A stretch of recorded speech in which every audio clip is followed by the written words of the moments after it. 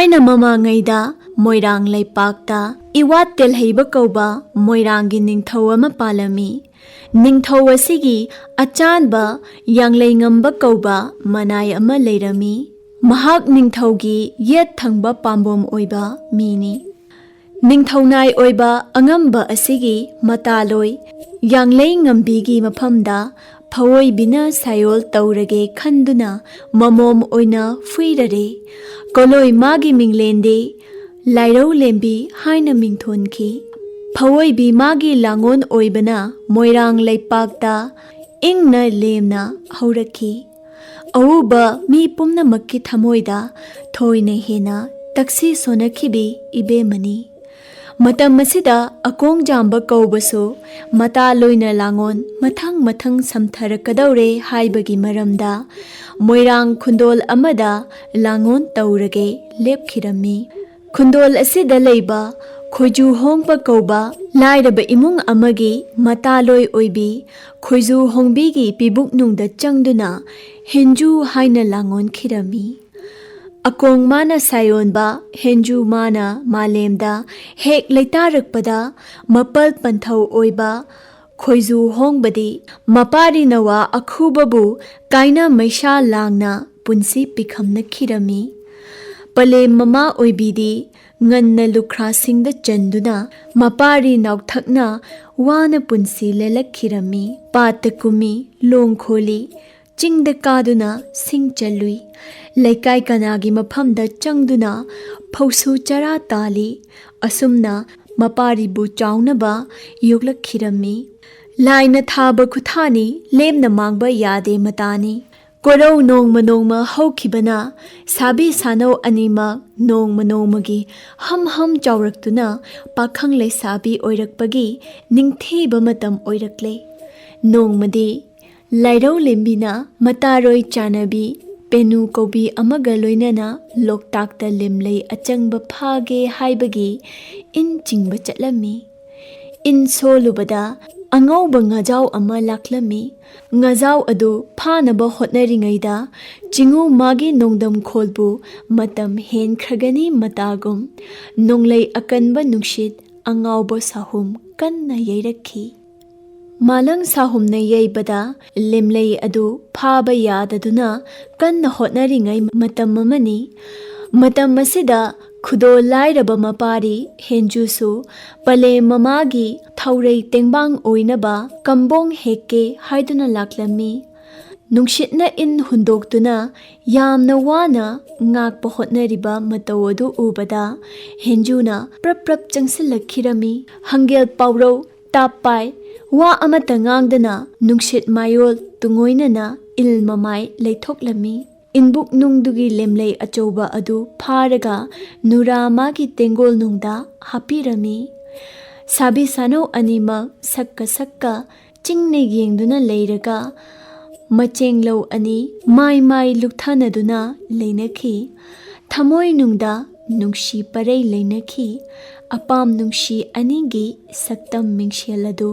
थमोय नुंगदा mummy ताखी। मतुंग लोइदाम थाबुंग खरा लैरगा कुंबी चैहौ था ओइरक्लबगी लोइदाम लमता थाजगी थांगजा अहानबा ओइरक्लमी। मयिम lying थौ सना महिदा कटनबा केगे खारी कैथेंदा नमु मियाम चोन तिल्लरे। मयिम मोइरांग माइकैगी नमु हिंखोल चाइगोइ नुंगदा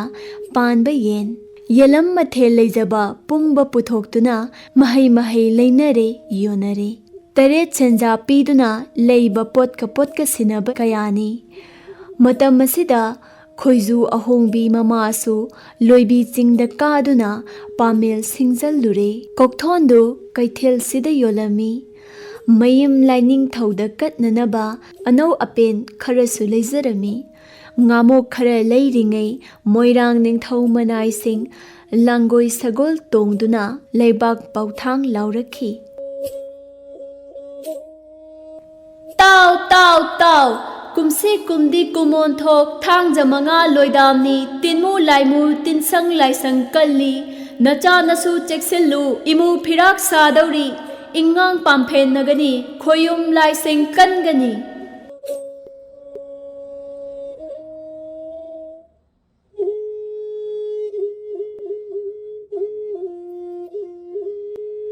असुमना खोयुम लेपाउ चेलरे निंगथौ पाउसी ताबगा अमाय पाउताक फंगबगा कैथेल काबी नुपीसिंग लेगदबा पोत ओनगदबा पोतलम पुंबा थुना यांगना लोइसिलमी मोंगबा मरान तमननबा थुना यांगना लोइसिनरमी मयिम मोंगबा मरान तमदुना प्रप प्रप हेक लाखिरमी नुमित तासिलकले कोरौ हनबना युमजंगलबदा इनुंगी मतम ओइरकलबदा मालेम सिन्ना ममखरे खोइदोम लुख्राबिना मोंगबा मरान तमलकपा मयिम दारी हेक यौबदा ममाना Ibungo इमागे अहेनबा ngasidi lamta thangja ahanbani nayom laidu khuramu tinmu laimu kali tinsang lai sangkali ingang pamphenagani imu phira khaidori haina khoyum laipau aseng babu moirang ningthau ya thangna sagol pau oina chelami kumsi thangjadi manga panba jatni aduna ngasidi mongba iran yai sidagi chathokanu ko laikai pakhang laisabi singi लिक्कोल सानबसु यावरुरनु थांगा लेकाय कोइगनु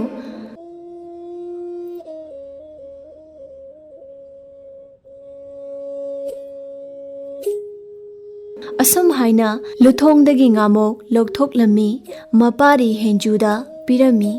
purakpa potlam khibik mafam chana chana loisinduna thamlaga tara chakthongnaba thauranglami henju wangang de tingak tingak lei mama na piba potu loduna adum machari thunamak thongliba chakadu suloiraklami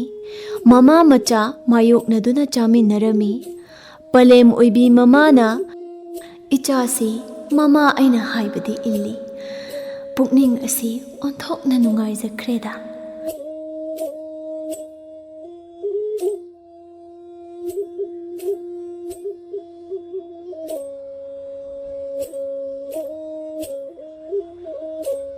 asi haina mabukningdadi haraujarami tumnanaba thaurang taunarami pale mama khoidom lukra sangbaya hip taduna khomlen tungkhun tankhre matam asida henju tumba yaramde ningdol chongi mama gi yathang nungsi gi chaijing karamba tawshiba mawul mawul khalli nura magi masai kolda chatlaga likol sanadom yauruge nungshi nakta phamlaga nungshi wari saminana pamo phigai sengnage ngai rupadi palem imagi yawana tengnoge sambal oibana khambi maipok thokum makhanlami kangthol thakta hipchaitani mamit ushanbadi yakhiramde pale mamabu tasengnamak tumkhrabara ko kangkhatuna tattana yengjai pale mamana sangbaya hiptaduna ningsa fuina sangna honba khonjal taraga pai machaning phaduna henju tapna hawalaklami mamitna mamada makhongna leibakta tagadabagi tapna phamung makhol thokhandana kanna ningsa thibaga loinana kumtharaklami mafi marol setsilami ningsa na koinana holaduna tuminna mama bu khurumlami khudak adu maktada magi lukhumda leiba kangjai kanghu adu tapna laurami thongi porol tapna satlaga hangdoktuna masana mapanda thoklaga amuk tapna thong adu chingsinduna thamlami aduga moirang khunthak tana laktuna masano mayok thage nungsi chinpau menaruge khanna khongkap konjaw hunduna lakhirami yanglei ngambagi masai konda nura lairo lembina ngasi koro asidadi pakhang oiba mahakso lakani nahan koro nongmada loktak patta micha nakhiba lemlei nga phabada tengbang khiba dubu ngasidi pakhang magi napada nura pukning tenghoge nungshi chilonana wahamge micha pokti pakhangu pamuba haina kai hauna nungshi pandom lomnage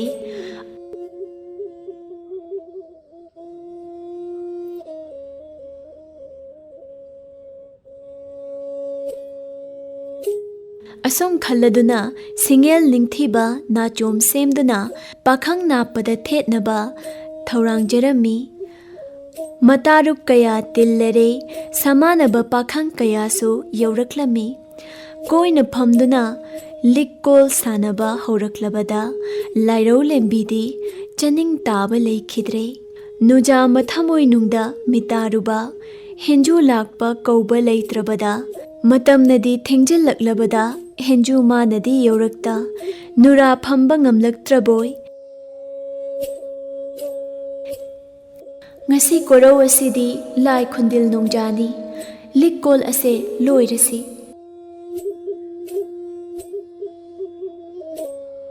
yawa asum haiduna mataroi kayada hairabada kai mataroi oibi sing thanga pakhang kayasu chumi chumi phare toklasi asum yanaraduna likkol adu loishin khirami sabi sanau pumnamak thanga pakhang pumbasu mongba maran tamna khirami ahingi tanglau oiraklabada henju ningjaba magi nura magi masai konbu tamladuna lakpana khari kaithel yoramdaida khundin bi kauba lamdamda waithunglami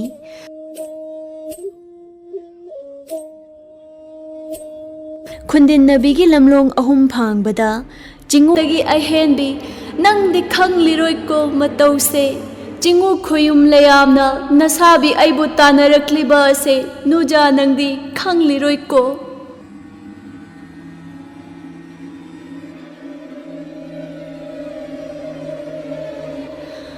asomna laura duna chelakpana yanglei ngambagi mongba maran yoraklami panthong mangol khenjong langda hek chongkhalakpada kanghu gi kangning huithadaba aduna ukhok tenda pankhibana kanghu uchal nan thokre jingu layamna matam asida samu tungda lakna henju masam tap pai longna churida chingthakhirami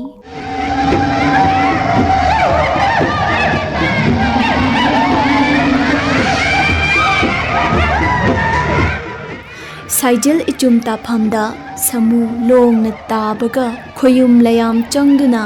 हेंजू याइबी चुपखरे मया ई तोंग ओदुना हेंजू थवाई थाखरे खोयुम लयाम पुंबसु चिंगो मथोंजिन तमना हनखिरमी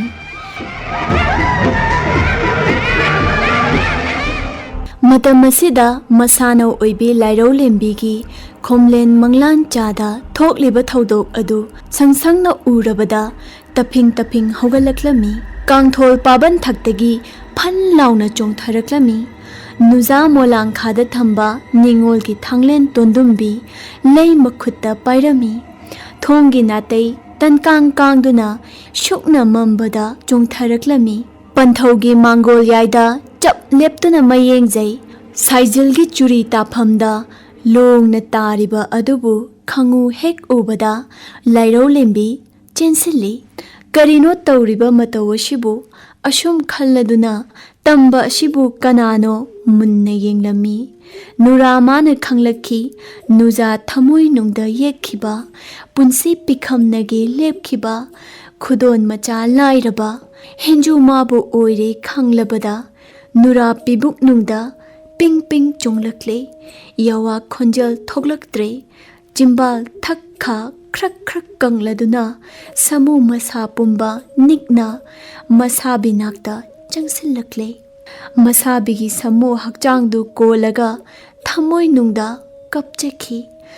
मतमसिदा लाइरौ लेंबी पोकचबा मपल पंथौ यांगलै ngambगा पले mama ओइबी यांगलै ngambi अनिसु इमोंबु अहिंग तांगलौ लेना थेंगबदा इनुंग शुकना मम्बदा Sangai eco नुंगदगी मपाल थोखिबा सिबु ओइथोक्तना ओइथोए करिनो येंगशी हाइदुना थोगलक्लमी तौरमलिबा मतौवदु उबदा इंगक ngakladuna लेकाई मियाम तनकौ कौरमी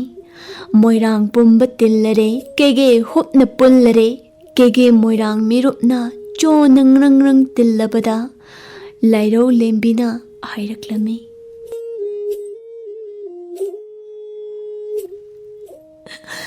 पले पंथौ अनिमक लेकागी इपा इतोल पुमनमक इबुंग इपा ओइबसिंगसु ताबियु खुदोल मचा लाइरबा नमान ओइबा सिना याइबी थकयैनना लैबबु नमुम इशुंग लांगिने खोयुम चैफु थेंबना चिंगु साहुम यैबना नमान याइबी मांगबदे चिंगु खोयुम बुलै ताइगे खोयुम मखोइबु इरातगे खांगलेन फमदा थमलगा फिसांग तरेत कोइबियो थाका Taret खनबियो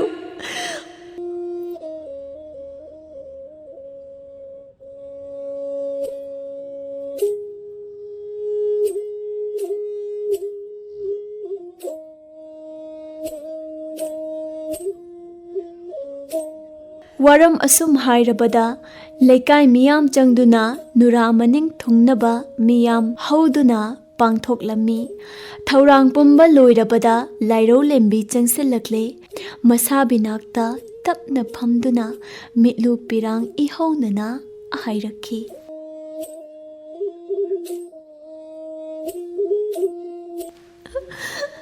हिसाबियो Shiba लहान मपोक अमरक्का लांगोन मतम अदुदा नुजा आइना मांग ओइना बबु इसाबी नंगना लंगशन बरा अपाम बना लम योदे नुक्शी बना पंथोंगनी ताके हाइना थौरांग बरा ताइबंग मालंग पांसिदा नुक्शी बना फम थारगा पामोन खोक हांगे खल्लु बदे शिंगेल अरेंबदता लैराग अतिंगाबु ओइरेको अपामबना लमथोंदे नुंगशिबना पनखैने नुंगशिना तुंग इलक्के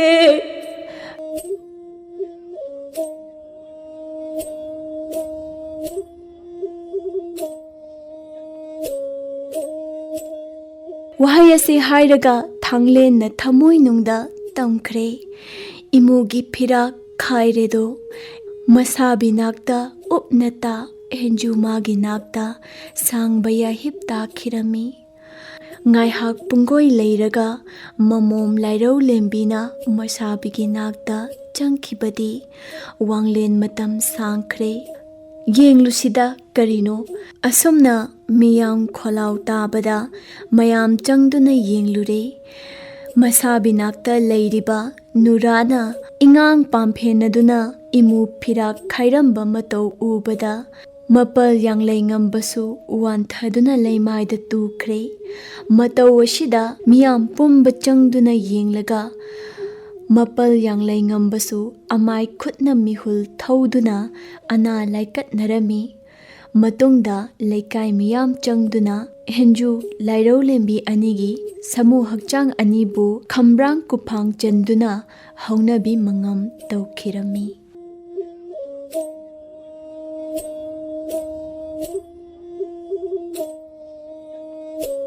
हौजिक ताबिरसी उथुम ओनखिबगी वारी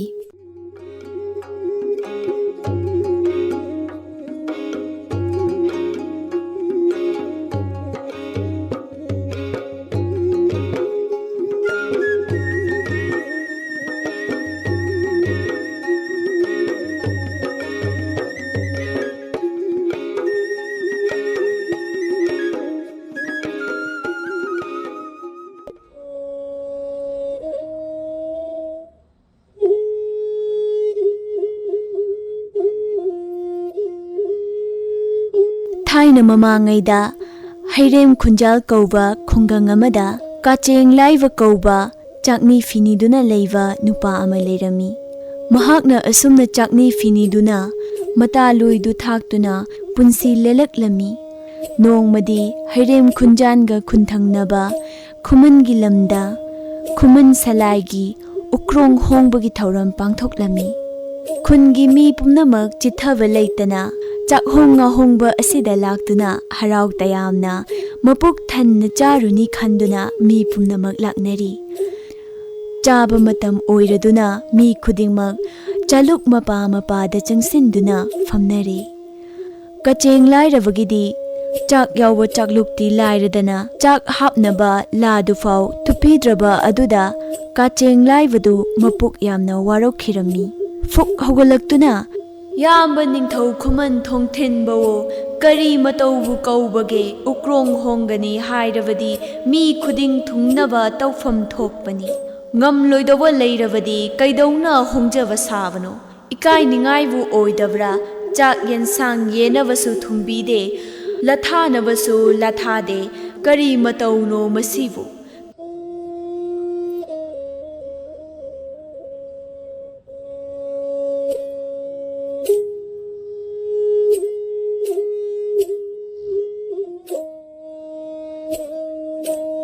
ꯑꯁꯨꯝꯅ ꯍꯥꯏꯗꯨꯅ ꯅꯣꯛꯅꯔꯨꯔꯤ ꯃꯍꯥꯛꯅ꯫ ꯈꯨꯃꯟ ꯅꯤꯡꯊꯧꯅ ꯀꯆꯦꯡ ꯂꯥꯏꯔꯕꯒꯤ ꯅꯣꯛꯅ ꯋꯥꯍꯩ ꯑꯗꯨ ꯇꯥꯕꯗ ꯈꯨꯃꯟ ꯄꯨꯝꯕ ꯏꯀꯥꯏꯈꯤꯕꯗꯒꯤ ꯀꯆꯦꯡꯕꯨ ꯃꯩ ꯊꯣꯛꯅ ꯁꯥꯎꯈꯤ꯫ ꯈꯨꯃꯟꯅ ꯁꯥꯎꯔꯛꯂꯕ ꯃꯇꯝ ꯑꯗꯨꯗꯗꯤ ꯀꯆꯦꯡ ꯂꯥꯏꯕ ꯑꯗꯣ ꯀꯤꯃꯟꯈꯤꯕꯅ ꯃꯃꯥꯏ ꯊꯦꯛ ꯂꯣꯝꯈꯠꯇꯨꯅ ꯃꯐꯤ ꯇꯥꯈꯠꯇꯨꯅ ꯃꯤꯠꯂꯩ ꯃꯥꯏꯔꯩ ꯌꯦꯡꯂꯒ ꯆꯦꯟꯈꯤꯔꯝꯃꯤ꯫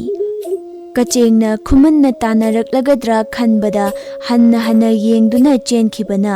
ꯂꯩꯇꯥꯡ ꯌꯨꯃꯣꯏ ꯀꯣꯟ ꯂꯥꯂꯣꯏ ꯄꯥꯎꯕꯤꯊꯦꯛ ꯌꯧꯕ ꯃꯐꯝ ꯂꯦꯝꯂꯩ ꯉꯥꯐꯥꯐꯝꯒꯤ ꯁꯣꯏ ꯃꯔꯨꯝꯗ ꯂꯣꯠꯇꯨꯅ ꯅꯃꯨ ꯀꯅꯥ ꯈꯪꯍꯟꯗ ꯎꯍꯟꯗꯅ ꯇꯨꯃꯤꯟꯅ ꯈꯥꯡꯗꯨꯅ ꯂꯩꯔꯝꯃꯤ꯫ ꯀꯣꯔꯧ ꯅꯣꯡ ꯁꯣꯏꯕ ꯏꯅꯨꯡ ꯇꯥꯡꯂꯧ ꯀꯌꯥꯗ ꯑꯁꯨꯝꯅ ꯂꯣꯠꯇꯨꯅ ꯂꯩꯕꯅ ꯎꯟꯊꯝ ꯈꯥꯡꯕꯒ ꯇꯔꯥ ꯆꯥꯛꯄꯨꯛ ꯂꯥꯝꯕꯒ ꯈꯥꯡꯕꯅꯦ ꯍꯥꯏꯕꯒꯤ ꯂꯦꯝꯂꯩ ꯑꯆꯪꯕ ꯐꯥꯔꯒ ꯆꯥꯕ ꯆꯦꯛꯂꯥ ꯎꯊꯨꯝ ꯊꯨꯝꯕꯤꯆꯥꯕꯨ ꯁꯥꯑꯣꯟꯗꯨꯅ ꯂꯩꯈꯤ꯫ ꯃꯇꯧ ꯑꯁꯨꯝꯅ ꯀꯆꯦꯡ ꯂꯥꯏꯕ ꯀꯧꯕꯅ ꯂꯩꯇꯥꯡ ꯌꯨꯃꯣꯏ ꯀꯣꯟꯗ ꯆꯦꯛꯂꯥ ꯎꯊꯨꯝ ꯊꯨꯝꯕꯤꯆꯥ ꯑꯣꯏꯅ ꯂꯩꯈꯤꯕꯅ ꯃꯤꯌꯥꯝꯃꯣꯡꯕ ꯃꯔꯥꯟꯌꯥꯏꯗꯗꯤ ꯃꯇꯥꯂꯣꯏꯅ ꯏꯁꯥꯕꯤꯕꯨ ꯂꯥꯛꯇꯔꯦ ꯂꯝꯗꯝ ꯀꯔꯣꯝ ꯄꯥꯡꯈ꯭ꯔꯕꯅꯣ? ꯈꯨꯃꯟ ꯃꯈꯣꯏꯅꯕꯨ ꯌꯥꯏꯕꯤ ꯊꯋꯥꯏ ꯂꯧꯈ꯭ꯔꯕꯔꯥ? ꯑꯁꯨꯝ ꯀꯣꯏꯊꯤ ꯊꯤꯔꯕꯗ ꯃꯁꯥꯕꯤ ꯀꯖꯦꯡ ꯂꯥꯏꯕꯅ ꯆꯔꯩ ꯇꯥꯈꯠꯅ ꯃꯃꯥꯏ ꯊꯦꯛꯅ ꯂꯣꯡꯅ ꯆꯦꯟꯈꯤꯕꯒꯤ ꯋꯥꯐꯝꯕꯨ ꯃꯔꯨꯞ ꯀꯅꯥꯒꯨꯝꯕꯒꯤ ꯃꯐꯝꯗꯒꯤ ꯇꯥꯔꯗꯨꯅ ꯃꯥꯔ ꯈꯣꯡꯒꯨꯜ ꯂꯤꯔꯛꯂꯦ꯫ ꯂꯩꯇꯥꯡ ꯌꯨꯃꯣꯏ ꯀꯣꯟꯗ ꯊꯨꯡꯂꯔꯦꯗꯣ ꯂꯩꯇꯥꯡ ꯄꯥꯠꯀꯤ ꯁꯣꯏꯁꯦꯟ ꯐꯨꯝꯕꯤꯅꯨꯡꯗ ꯆꯦꯛꯂꯥ ꯑꯣꯏꯅ ꯁꯥꯌꯣꯟꯅ ꯎꯊꯨꯝ ꯑꯣꯏꯅ ꯆꯦꯛꯑꯣꯏꯅ ꯅꯃꯨ ꯀꯅꯥ ꯑꯃ ꯎꯍꯟꯗꯅ ꯁꯃꯨ ꯃꯍꯛꯁꯥꯡꯕꯨ ꯂꯣꯠꯂꯤꯕ ꯑꯗꯨꯕꯨ ꯎꯔꯒ ꯍꯥꯏꯔꯛꯂꯝꯃꯤ꯫ ꯏꯁꯥꯕꯤ ꯀꯖꯦꯡ ꯂꯥꯏꯕ ꯅꯍꯥꯛꯇꯤ ꯅꯁꯥꯅꯧ ꯅꯔꯨꯝꯕꯤ ꯑꯩꯕꯨ ꯌꯣꯛꯄ ꯊꯥꯛꯄ ꯉꯝꯗ꯭ꯔꯕꯒꯤ ꯂꯩꯇꯥꯡ ꯌꯨꯃꯣꯏ ꯀꯣꯟꯁꯤꯒꯤ ꯁꯣꯏꯔꯦꯟ ꯐꯨꯝꯕꯤꯅꯨꯡꯁꯤꯗ ꯆꯦꯛꯂꯥ ꯑꯣꯏꯅ ꯁꯟꯊꯨꯞꯅ ꯂꯣꯠꯄꯗꯒꯤ ꯆꯦꯛꯂꯥ ꯎꯊꯨꯝ ꯊꯨꯝꯕꯤꯆꯥ ꯍꯥꯏꯅ ꯃꯤꯡꯊꯣꯟꯒꯦ꯫ ꯇꯥꯡꯂꯧ ꯑꯍꯤꯡ ꯆꯨꯞꯅ ꯌꯥꯇꯥꯅ ꯏꯅꯨꯡ ꯁꯣꯌꯥꯏꯃꯗ ꯀꯧꯕ ꯆꯤꯡꯅꯨꯡ ꯅꯣꯡꯒ ꯉꯥꯜꯂꯕꯗ ꯆꯦꯛꯂꯥ ꯅꯪꯅ ꯇꯨꯝ ꯇꯨꯝ ꯍꯥꯏꯗꯨꯅ ꯆꯦꯛꯂꯥ ꯅꯈꯧ ꯄꯣꯡꯅ ꯈꯣꯡꯗꯨꯅ ꯑꯩꯒꯤ ꯂꯩꯐꯝꯗꯤ ꯁꯤꯗꯅꯤ ꯇꯨꯃꯤꯟ ꯂꯩꯌꯨ ꯍꯥꯏꯅ ꯇꯥꯛꯄꯅ ꯏꯅꯣꯡ ꯉꯥꯟꯕ ꯃꯇꯝꯕꯨ ꯑꯣꯏꯔꯦ ꯈꯪꯅꯒꯦ꯫ ꯀꯣꯔꯧ ꯉꯁꯤꯗꯒꯤ ꯍꯧꯗꯨꯅ ꯆꯦꯛꯂꯥ ꯅꯪꯕꯨ ꯂꯣꯛꯇꯥꯛ ꯎꯊꯨꯝ ꯊꯨꯝꯕꯤꯆꯥ ꯃꯌꯤꯝ ꯃꯣꯏꯔꯥꯡ ꯃꯥꯏꯀꯩꯒꯤ ꯏꯅꯨꯡ ꯆꯤꯡꯈꯣꯡ ꯌꯥꯀꯩꯕ ꯆꯦꯛꯄꯨ ꯑꯣꯏꯍꯧꯔꯣ꯫ ꯑꯁꯨꯝꯅ ꯍꯥꯏꯔꯝꯂꯒ ꯃꯤꯠꯂꯨ ꯄꯤꯔꯥꯡ ꯁꯤꯟꯊꯅ ꯃꯁꯥꯕꯤꯕꯨ ꯀꯥꯏꯅꯈꯤ꯫